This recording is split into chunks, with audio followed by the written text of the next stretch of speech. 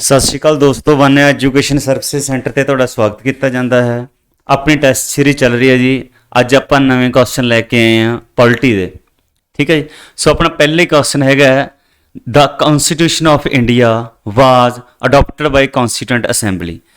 ਜਿਹੜਾ ਸੰਵਿਧਾਨ ਹੈ ਇਹ ਕਦੋਂ ਅਡਾਪਟ ਕੀਤਾ ਗਿਆ? ਸੰਵਿਧਾਨ ਬਣਾਉਣ ਦੀ ਅਸੈਂਬਲੀ ਦੁਆਰਾ। ਇਹ ਕੀਤਾ ਗਿਆ ਸੀ 26 ਨਵੰਬਰ 1949। ਕਨਸਟੀਟਿਊਐਂਟ ਅਸੈਂਬਲੀ ਬਣੀ ਕਦੋਂ ਸੀ?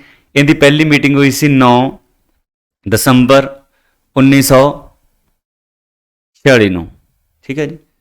ਤਾਂ ਇਹਦਾ ਜਿਹੜਾ ਪਹਿਲਾ ਚੇਅਰਮੈਨ ਲਾਇਆ ਗਿਆ ਉਹ ਕੌਣ ਸੀਗਾ? ਸਚਿਦਾਨੰਦ ਸਿਨਹਾ। ਸਚਿਦਾਨੰਦ ਸਿਨਹਾ। ਇਹ ਟੈਂਪਰੇਰੀ ਸੀ। ਫਿਰ 2 ਦਿਨਾਂ ਬਾਅਦ 11 ਦਸੰਬਰ 1946 ਨੂੰ ਤੁਹਾਡਾ ਡਾਕਟਰ ਰਜਿੰਦਰ ਪ੍ਰਸਾਦ ਜੀ ਨੂੰ ਬਣਾ ਦਿੱਤਾ ਗਿਆ ਪੱਕੇ ਤੌਰ ਤੇ। ਡਾਕਟਰ ਰਜਿੰਦਰ ਪ੍ਰਸਾਦ।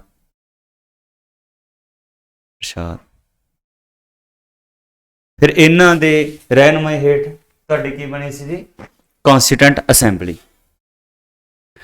ਨੈਕਸਟ ਕੁਐਸਚਨ ਹੈਗਾ, constitution of India came into effect from. ਕਦੋਂ ਲਾਗੂ ਕੀਤਾ ਗਿਆ? ਇਹ ਕੀਤਾ ਗਿਆ ਸੀ 26 ਜਨਵਰੀ 1950। ਇਹ ਡੇਟ ਮਿਤੀ ਤਾਂ ਰੱਖੀ ਗਈ ਸੀ ਕਿਉਂਕਿ 26 ਜਨਵਰੀ 1930 ਨੂੰ ਸਾਡੇ ਭਾਰਤੀ ਲੋਕਾਂ ਨੇ ਪਹਿਲਾ ਆਜ਼ਾਦੀ ਦਿਵਸ ਮਨਾ ਲਿਆ ਸੀ। ਫਸਟ ਆਜ਼ਾਦੀ ਦਿਵਸ। ਹੁਣ ਪਹਿਲਾ ਆਜ਼ਾਦੀ ਦਿਵਸ ਕਦੋਂ ਮਨਾਇਆ ਸੀ? 26 ਜਨਵਰੀ ਨੂੰ 1930 ਨੂੰ। ਸੋ ਨੈਕਸਟ ਹੈਗਾ, setting A supreme court was Calcutta is part of. ਕਿਹੜੇ ਐਕਟ ਦੇ ਤਹਿਤ ਸਾਡੀ ਸੁਪਰੀਮ ਕੋਰਟ ਬਣਾਈ ਗਈ ਸੀ ਕਲਕੱਤੇ? ਇਹ ਹੈਗਾ ਸੀ ਰੈਗੂਲੇਟਿੰਗ ਐਕਟ। ਰੈਗੂਲੇਟਿੰਗ ਐਕਟ ਕਦੋਂ ਸੀ? 1773 ਦੇ ਵਿੱਚ ਆਇਆ ਸੀਗਾ। ਇਹਦਾ ਜਿਹੜਾ ਚੇਅਰਮੈਨ ਸੀ, ਹੈੱਡ ਕਿਹਨੇ ਕੀਤਾ ਸੀ? ਲਾਰਡ ਨਾਰਥ ਨੇ। Lord north. ਠੀਕ ਹੈ ਜੀ। ਤਾਂ ਜਿਹੜੀ ਸੁਪਰੀਮ ਕੋਰਟ ਬਣੀ ਸੀ ਕਲਕੱਤੇ, ਇਹ ਫੋਰਟ ਵਿਲੀਅਮ 'ਚ ਬਣੀ ਸੀ। Fort William. ਠੀਕ ਹੈ ਜੀ। ਕਦੋਂ ਬਣੀ ਸੀ? 1774 'ਚ। ਜਿਹੜਾ ਇਹਦਾ ਪਹਿਲਾ ਮੁੱਖ ਜੱਜ ਲਾਇਆ ਗਿਆ ਸੀ ਉਹ ਕੌਣ ਸੀ? Impey. Justice Impey. So next question ਚੱਲਦੇ ਹਾਂ ਜੀ।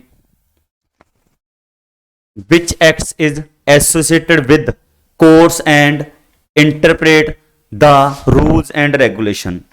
ਠੀਕ ਹੈ ਜੀ। ਤੁਹਾਡਾ ਫੋਰਥ ਕੁਐਸਚਨ ਦਾ ਹੈਗਾ ਸੀ chartered act 1793। Chartered act 1793।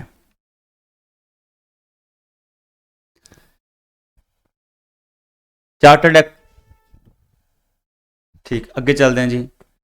Christian missionaries were allowed to spread their religion in India under the act. ਕਿਹੜੇ ਐਕਟ ਦੇ ਤਹਿਤ ਕ੍ਰਿਸਚੀਅਨ ਮਿਸ਼ਨਰੀ ਸੀਗੀ ਉਹਨਾਂ ਨੂੰ ਪਰਮਿਸ਼ਨ ਦਿੱਤੀ ਗਈ ਵੀ ਆਪਣਾ ਧਰਮ ਕੀ ਕਰੋ? ਸਪਰੈਡ ਕਰੋ। 5 ਦਾ ਤੁਹਾਡਾ ਆਨਸਰ ਕੀ ਹੈ? ਬੀ। Charter act 1813। ਇਹਦੇ ਵਿੱਚ 3 ਕਾਉਂਸਲ ਆਫ ਮਦਰਾਸ, ਬੰਬੇ ਤੇ ਕਲਕੱਤਾ, ਇਹ ਵੀ ਕੀ ਕੀਤੀਆਂ ਗਈਆਂ ਸੀਗਾ। ਸੋ ਨੈਕਸਟ ਹੈਗਾ, separate governor of Bengal to be appointed under act. ਜਿਹੜਾ ਮਤਲਬ ਕਿ ਬੰਗਾਲ ਦਾ ਵੱਖਰਾ ਗਵਰਨਰ ਲਾਇਆ ਗਿਆ, ਉਹ ਕਿਹੜੇ ਐਕਟ ਦੇ ਤਹਿਤ ਲਾਇਆ ਗਿਆ ਸੀ? 6 ਦਾ ਹੈਗਾ ਤੁਹਾਡਾ D. Chartered act 1753। So next ਹੈਗਾ, constitution should given Indian dominion status was proposal in. ਇਹ ਕਿਸ ਚੀਜ਼ ਦੇ ਤਹਿਤ ਸਾਡੇ ਇੰਡੀਆ ਨੂੰ ਮਤਲਬ ਕਿ ਡੋਮੀਨੀਅਨ ਸਟੇਟਸ ਦੇਣ ਦੀ ਗੱਲ ਕੀਤੀ ਸੀ? ਇਹ ਹੈਗਾ cabinet mission plan. Cabinet mission plan ਕਿਹਨੇ ਭੇਜਿਆ ਸੀ ਭਾਰਤ? ਬ੍ਰਿਟੇਨ ਦੇ ਪੀਐਮ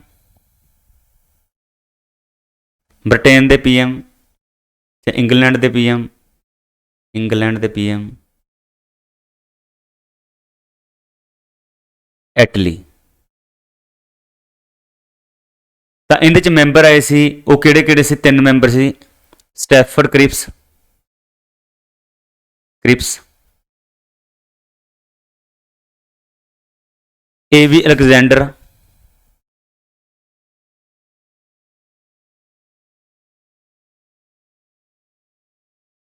एवी अलेक्जेंडर सी, एक है जी Pethick Lawrence, Pethick Lawrence. So next चलते हैं जी। The plan to transfer of powers to be Indians and partition of country was laid down the in the, ਕਿਹੜੇ ਪਲਾਨ ਦੇ ਤਹਿਤ ਭਾਰਤ ਨੂੰ ਆਜ਼ਾਦ ਕਰਨ ਦੀ ਗੱਲ ਕੀਤੀ ਗਈ ਸੀ? ਇਹ ਹੈਗਾ ਸੀਗਾ ਤੁਹਾਡਾ Mount baton plan, Mount baton plan. Simon commission 1927 ਚ ਆਇਆ ਸੀ। ਆਪਾਂ ਕੈਬਨਿਟ ਮਿਸ਼ਨ ਬਾਰੇ ਕਰ ਆਏ ਪਹਿਲੇ। ਸਾਈਮਨ ਕਮਿਸ਼ਨ 1927 ਚ ਆਇਆ ਸੀ। ਇਹਦਾ ਵਿਰੋਧ ਕੀਤਾ ਗਿਆ ਸੀ ਸਾਈਮਨ ਕਮਿਸ਼ਨ ਦਾ 1928 ਦੇ ਵਿੱਚ ਭਾਰਤ ਪਹੁੰਚਿਆ ਸੀ ਲਾਹੌਰ। ਇਹ ਕਾਦੇ ਵਾਸਤੇ ਆਇਆ ਸੀਗਾ? ਕਨਸਟੀਟਿਊਸ਼ਨ ਰਿਫਾਰਮ, ਮਤਲਬ ਕਿ ਸੰਵਿਧਾਨ ਦੇ ਸੁਧਾਰ ਵਾਸਤੇ।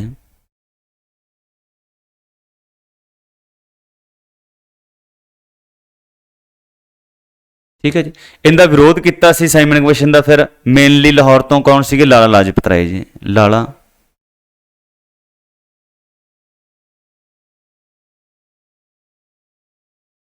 ਇਹਨਾਂ ਦੀ ਲਾਠੀਚਾਰਜ ਦੇ ਵਿੱਚ ਮੌਤ ਹੋ ਗਈ ਸੀ ਲਾਲਾ ਲਾਜਪਤ ਰਾਏ ਦੀ। ਫਿਰ ਇਹਨਾਂ ਦੀ ਮੌਤ ਦਾ ਬਦਲਾ ਲਿਆ ਸੀ ਕਿਹਨੇ ਕਿਹਨੇ? ਭਗਤ ਸਿੰਘ, ਰਾਜਗੁਰੂ ਤੇ ਚੰਦਰ ਸ਼ੇਖਰ ਆਜ਼ਾਦ।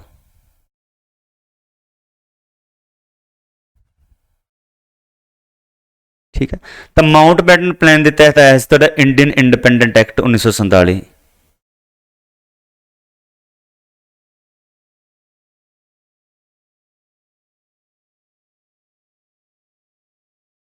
ਜਿਹਦੇ ਤਹਿਤ ਆਪਣਾ ਕੀ ਹੋਇਆ ਸੀ? ਆਜ਼ਾਦ। ਤੇ ਮਾਊਂਟ ਬੈਟਨ ਪਲਾਨ ਦੇ ਤਹਿਤ ਇੱਕ ਤੁਹਾਡਾ ਰੈੱਡ ਕਲੀਫ ਕਮਿਸ਼ਨ ਵੀ ਬਿਠਾਇਆ ਗਿਆ ਸੀਗਾ। ਮਾਊਂਟ ਬੈਟਨ ਪਲਾਨ ਦੇ ਤਹਿਤ ਤੁਹਾਡਾ ਰੈੱਡ ਕਲੀਫ ਕਮਿਸ਼ਨ ਵੀ ਬਿਠਾਇਆ ਗਿਆ ਸੀਗਾ ਜੀ।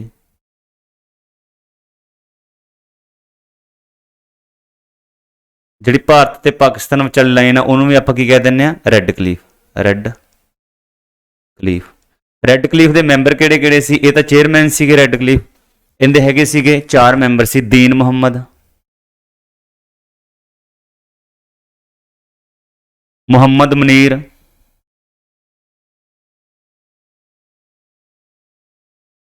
ਤੇਜਾ ਸਿੰਘ,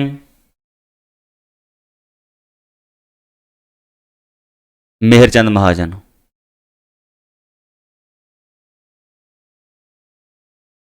ਠੀਕ ਹੈ। ਇਹ ਕਿਸੇ ਮੈਂਬਰ ਸੀ ਰੈੱਡ ਕਲੀਫ ਕਮਿਸ਼ਨ ਦੇ। ਸੋ ਅੱਗੇ ਹੈਗਾ how much time it took for constitution assembly to finalise the constitution.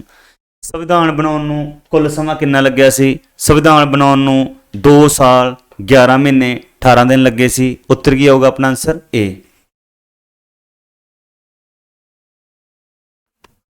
2 ਸਾਲ 11 ਮਹੀਨੇ 18 ਦਿਨ। ਸੋ ਨੈਕਸਟ ਹੈਗਾ who was the chairman of drafting committee. Drafting committee ਦਾ ਚੇਅਰਮੈਨ ਕੌਣ ਸੀ? B R Ambedkar. B R Ambedkar ਨੂੰ ਸੰਵਿਧਾਨ ਦਾ ਪਿਤਾਮਾ ਜਾਂ ਫਾਦਰ ਆਫ ਇੰਡੀਅਨ ਕਨਸਟੀਟਿਊਸ਼ਨ ਵੀ ਕਿਹਾ ਜਾਂਦਾ ਹੈ।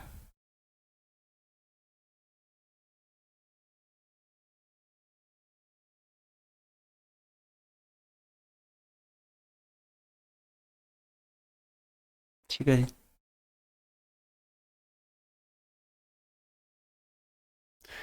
ਅੱਗੇ which article is related to equality before law. Equality before law ਨਾਲ ਕੀ ਸਾਡਾ ਰਿਲੇਟਡ ਹੈ? ਆਰਟੀਕਲ ਸਾਡਾ 14। ਇਹ ਕੀ ਹੈ? ਕਾਨੂੰਨ ਦੇ ਸਾਹਮਣੇ ਸਮਾਨਤਾ। ਤਾਂ ਇਸੇ ਆਰਟੀਕਲ ਕੋਈ ਕਾਨੂੰਨ ਤੋਂ ਉੱਪਰ ਬੰਦਾ ਨਹੀਂ ਹੋ ਸਕਦਾ। ਇੱਕ ਐਡਵੋਕੇਟ ਡਾਈਸੀ ਸੀ, ਉਹਨਾਂ ਨੇ ਕਿਹਾ ਸੀਗਾ ਨੋ ਮੈਨ ਅਬਵ ਦੀ ਲਾ।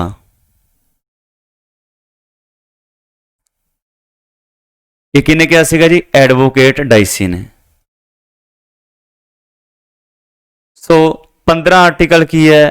ਕਿਸੇ ਨਾਲ ਵਿਤਕਰਾ ਨਹੀਂ ਕੀਤਾ ਜਾ ਸਕਦਾ, ਡਿਸਕ੍ਰਿਮੀਨੇਸ਼ਨ ਨਹੀਂ ਕੀਤਾ ਜਾ ਸਕਦਾ, ਜਿਵੇਂ ਕਿ ਕਾਸਟ ਨੂੰ ਲੈ ਕੇ। प्लेस ऑफ बर्थ,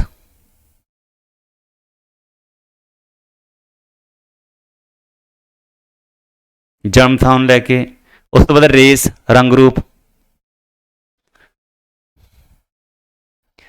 रिलीजन धर्म नूं लैके, धर्म, ठीक है जी। 16 की है तुहाडा, 16 हैगा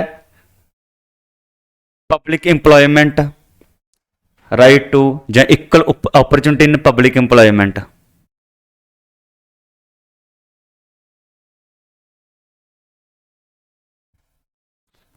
मतलब कि सरकारी नौकरियों में सब की बराबरता।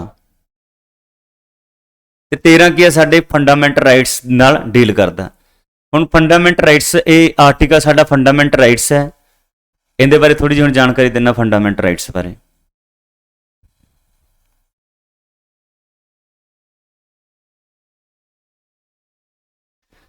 फंडामेंट राइट्स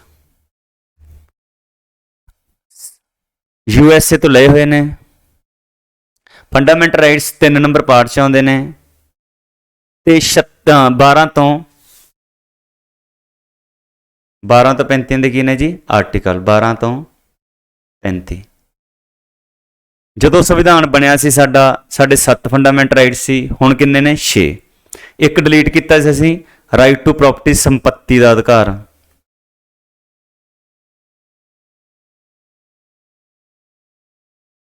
ਇਹ कदों डिलीट किया सी 44th अमेंडमेंट 1978 ਦੇ ਵਿੱਚ। उस समय गवर्नमेंट कहती सी मोरारजी देसाई।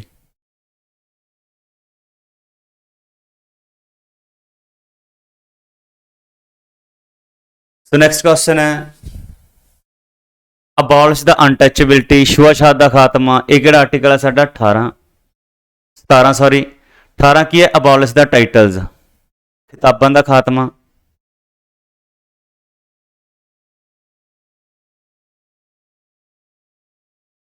किताबां के खात्मे च यह है भी असी अपने नाम के अगे महाराजा ਜਾਂ महाराणी ਜਾਂ राज प्रमुख नहीं ला सकते। जे कोई मिलटरी का अकैडमिक है जिमें कोई जरनल हो गया, लैफ्टिनेंट जरनल हो गया, गवर्नर हो गया, ये ला सकते हैं। तो ਜਾਂ किसी को अवार्ड मिलया हो जिमें किसी को पद्मवीर चक्कर मिलया हो भी लगा सकते हैं, बाकी होर अपने नाम अगे नहीं लगा सकते। 19 की है जी right to speech, freedom sorry freedom मतलब आज़ादी का अधिकार।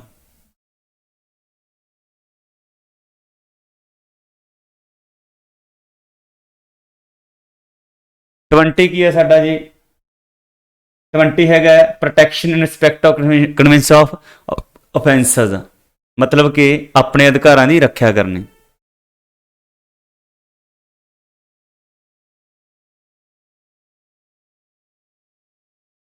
अधिकारां की रक्षा करनी।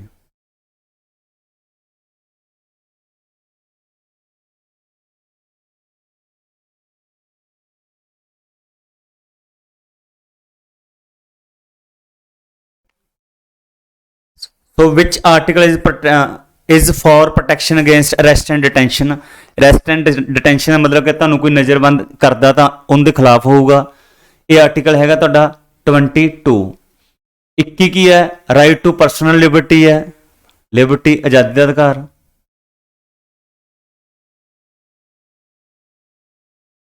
तेई की है असी किसी तो बंधुआ मजदूरी जां धक्के नाल मजदूरी नहीं करा सकते।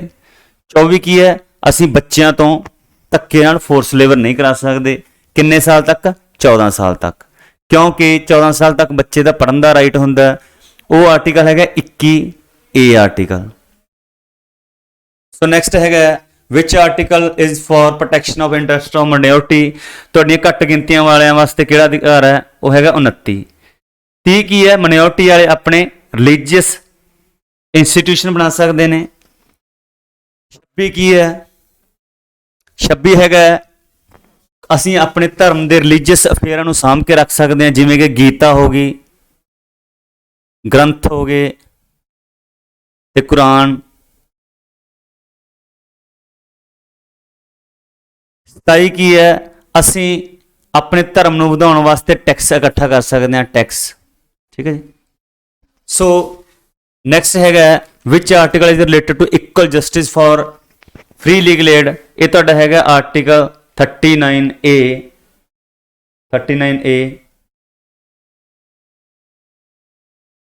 39 ਕੀ ਹੈ ਤੁਹਾਡਾ 39 ਹੈਗਾ certain principles of policies to be followed by state. ਕੋਈ ਵੀ ਪਾਲਿਸੀ ਬਣਾਉਣੀ ਹੁੰਦਾ ਪ੍ਰਿੰਸੀਪਲ ਕੀ ਹੋਊਗਾ।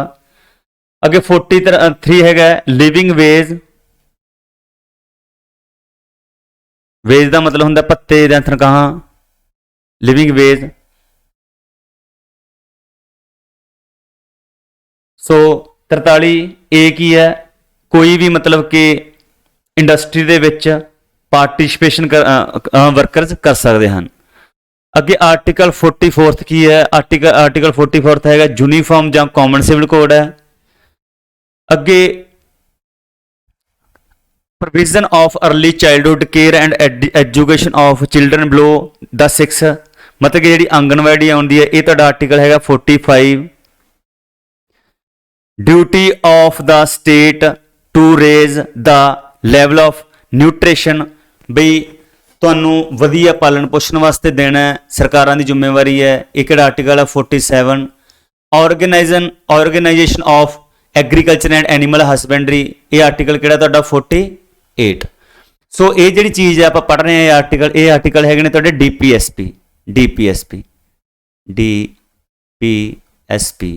ਡੀਪੀਐਸਪੀ ਕੀ ਹੈ ਜੋ ਸਰਕਾਰ ਦੀਆਂ ਤੁਹਾਡੇ ਵਾਸਤੇ ਜ਼ਿੰਮੇਵਾਰੀਆਂ ਬਣਦੀਆਂ ਨੇ ਸਾਡੇ ਆਮ ਜਨਤਾ ਵਾਸਤੇ। ਤਾਂ ਇਹ ਕਿੱਥੋਂ ਲਏ ਹੋਏ ਨੇ ਅਸੀਂ ਇਹ ਲਏ ਹੋਏ ਨੇ ਆਇਰਲੈਂਡ ਤੋਂ। ਕਿਹੜੇ ਨੰਬਰ ਪਾਰਟ ਚ ਹੁੰਦੀਆਂ ਨੇ 4 ਚ ਡੀਪੀਐਸਪੀ। ਆਰਟੀਕਲ ਕਿੰਨੇ ਨੇ 36 ਤੋਂ ਲੈ ਕੇ 51 ਤੱਕ। ਸੋ ਅੱਗੇ ਹੈਗਾ which article is related to special address by the president. ਇਹਦਾ ਆਰਟੀਕਲ ਹੈਗਾ ਤੁਹਾਡਾ 87। ਸੋ ਨੈਕਸਟ ਹੈਗਾ which article is related to assent of bill. ਕੋਈ ਵੀ ਆਰਟੀਕਲ ਹੈ ਪਹਿਲੀ ਗੱਲ ਤਾਂ ਬਿੱਲ ਹੀ ਪੇਸ਼ ਹੁੰਦਾ ਕੋਈ ਵੀ ਅਸੀਂ ਐਕਟ ਬਣਾਉਣਾ ਹੈ ਇਹ ਆਰਟੀਕਲ ਹੈਗਾ 112। ਜਦੋਂ ਪ੍ਰੈਜ਼ੀਡੈਂਟ 112 ਆਰਟੀਕਲ ਤਹਿਤ ਆਪਣੀ ਅਸੈਂਟ ਦਿੰਦਾ ਸਹਿਮਤੀ ਦਿੰਦਾ ਤਾਂ ਬਿੱਲ ਕੀ ਬਣ ਜਾਂਦਾ ਉਹ ਐਕਟ ਬਣ ਜਾਂਦਾ। ਫਿਰ how many schedules are there in the constitution of India. ਸਾਡੇ ਸੰਵਿਧਾਨ ਦੇ ਵਿੱਚ ਕਿੰਨੇ ਸ਼ਡਿਊਲ ਨੇ ਹੁਣ 12 ਨੇ। ਓਰੀਜਨਲੀ ਕਿੰਨੇ ਸੀ ਸਾਡੇ 8 ਜਦੋਂ ਸੰਵਿਧਾਨ ਬਣਿਆ ਸੀ ਕਿੰਨੇ ਸੀਗੇ 8।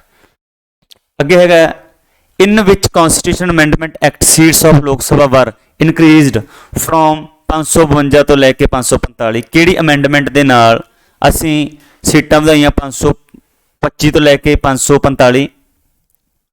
21 ਦਾ ਤੁਹਾਡਾ ਹੈਗਾ B 24th amendment।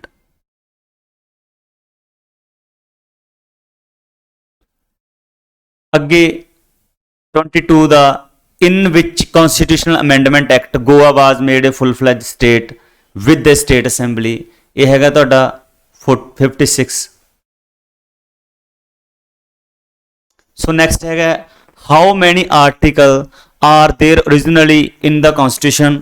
ਜਦੋਂ ਸੰਵਿਧਾਨ ਬਣਿਆ ਸੀ ਉਦੋਂ ਕਿੰਨੇ ਆਰਟੀਕਲ ਸੀ ਸਾਡੇ 395।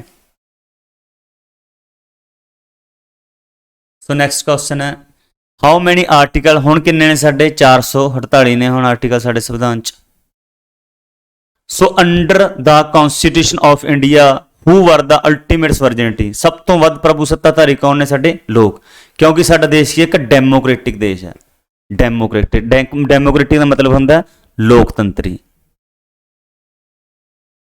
ਲੋਕਤੰਤਰ ਦਾ ਮਤਲਬ ਕੀ ਹੁੰਦਾ ਲੋਕਾਂ ਦੀ ਸਰਕਾਰ ਲੋਕਾਂ ਦੁਆਰਾ ਬਣਾਈ ਗਈ ਲੋਕਾਂ ਲਈ ਬਣਾਈ ਗਈ। ਸੋ ਠੀਕ ਹੈ ਦੋਸਤੋ ਕੱਲ ਨੂੰ ਨਵੀਂ ਵੀਡੀਓ ਦੇ ਨਾਲ ਮਿਲਾਂਗੇ। ਜੇ ਕਿਸੇ ਨੂੰ ਕੋਈ ਡਾਊਟ ਹੁੰਦਾ ਪਲੀਜ਼ ਇਸ ਨੰਬਰ ਤੇ ਤੁਸੀਂ ਕੰਟੈਕਟ ਕਰ ਸਕਦੇ ਹੋ ਜਾਂ ਤੁਸੀਂ ਕਮੈਂਟ ਬਾਕਸ 'ਚ ਵੀ ਪਾ ਸਕਦੇ ਹੋ। ਸੋ ਆਫਲਾਈਨ ਤੇ ਆਨਲਾਈਨ ਕਲਾਸਾਂ ਦੇ ਬੈਚ ਆ ਰਹੇ ਨੇ ਜਿੰਨੇ ਵੀ ਪੰਜਾਬ 'ਚ ਐਗਜ਼ਾਮ ਆਉਣੇ ਨੇ ਜਿਵੇਂ ਕਿ ਹੈੱਡ ਕਾਂਸਟੇਬਲ ਹੋ ਗਿਆ ਸਬ ਇੰਸਪੈਕਟਰ ਹੋ ਗਿਆ ਐਕਸਾਈਜ਼ ਹੋ ਗਿਆ ਵੀਡੀਓ ਹੋ ਗਿਆ ਜਾਂ ਹੋਰ ਵੀ ਜਿੰਨੇ ਵੀ ਆਉਣਗੇ ਪੰਜਾਬ ਦੇ ਪੇਪਰ ਤੁਸੀਂ ਤਿਆਰੀ ਕਰ ਸਕਦੇ ਹੋ। ਸੋ ਨੈਕਸਟ ਵੀਡੀਓ ਦੇ ਨਾਲ ਮਿਲਦੇ ਹਾਂ ਤਦ ਤੱਕ ਲਈ ਧੰਨਵਾਦ ਜੀ।